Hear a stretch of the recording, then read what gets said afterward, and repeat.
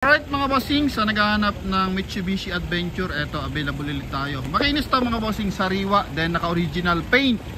Yan, then eto mga bossing is 2015 model, no? So papark lang natin na maayos. And shoutout sa ating mga idol ng Mindanao, galing ng Marawi City, tropang buy and sell. So kinuha yung ating Toyota Vios mga boss, no?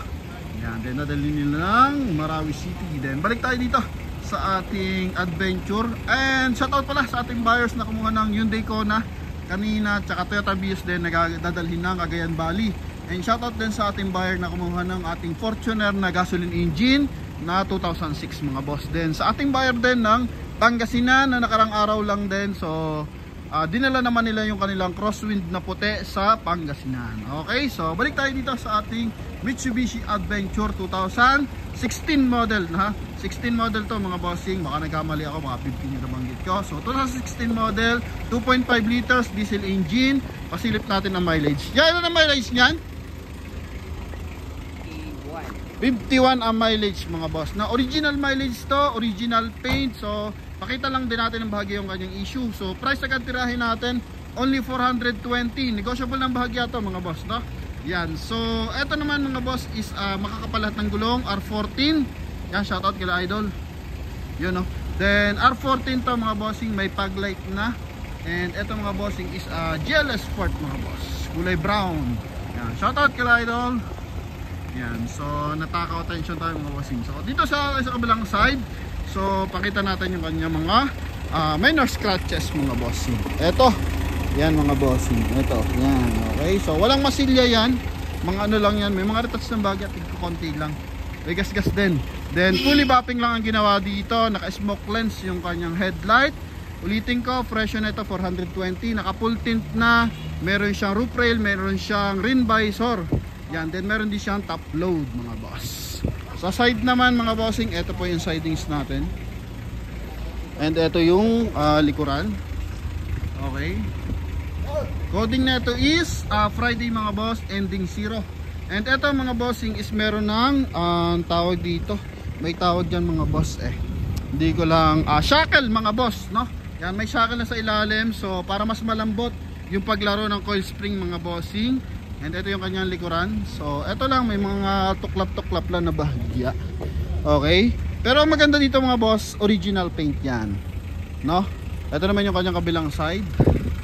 Yan, may tigko konti pa rin mga bossing. Okay, mas maganda yung ganito kaysa sa retouchable na. Yan. And silipin din natin yung kanyang interior tsaka yung kanyang makina. 420 mga bossing ito. Front area, ito po. Yan, may konting ano ng mga bossing, discoloration. Pero sa hood, ayos na ayos mga boss. Okay.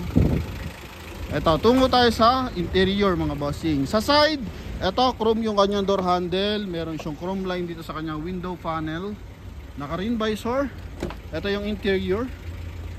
Yan mga boss. Napakabanga ng loob. So hindi to binaha and wala ring issue ng bangga mga boss. Original mileage 51,129 mga boss. Yan, okay. Manual transmission. Ito, naka-2 din audio system mga boss. Yan. Ito naman yung kanyang second row. Yan mga boss. Napakalamig ng aircon. So dual AC. May ilang gamit pa. So not sure lang kung isasama yan. Seat cover ata yan, silipin natin ang bahagya mga boss. Ito yung kanyang dashboard. Okay, may konting dent. Okay, so ito yung kabilang side.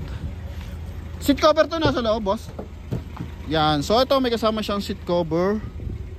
Okay, makinis naman yung mga upuan niya and yung mga ceiling.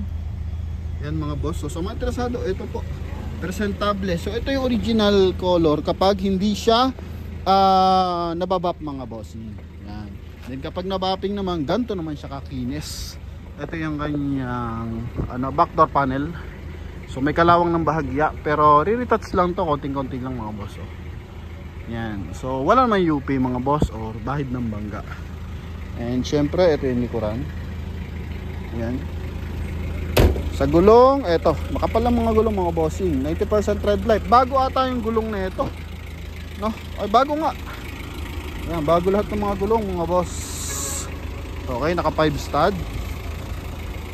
Yan mga bossing. Goodyear yung gulong, bago lahat yan.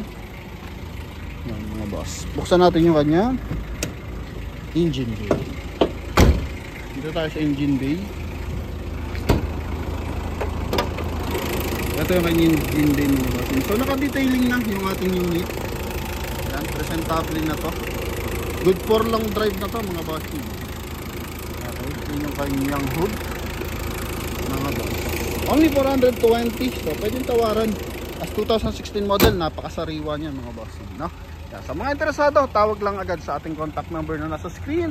Connected yan ang Viber and WhatsApp mga boss. Thank you very much. So may next unit pa tayo, Fortuner and GL Grande yan mga boss. Thank you.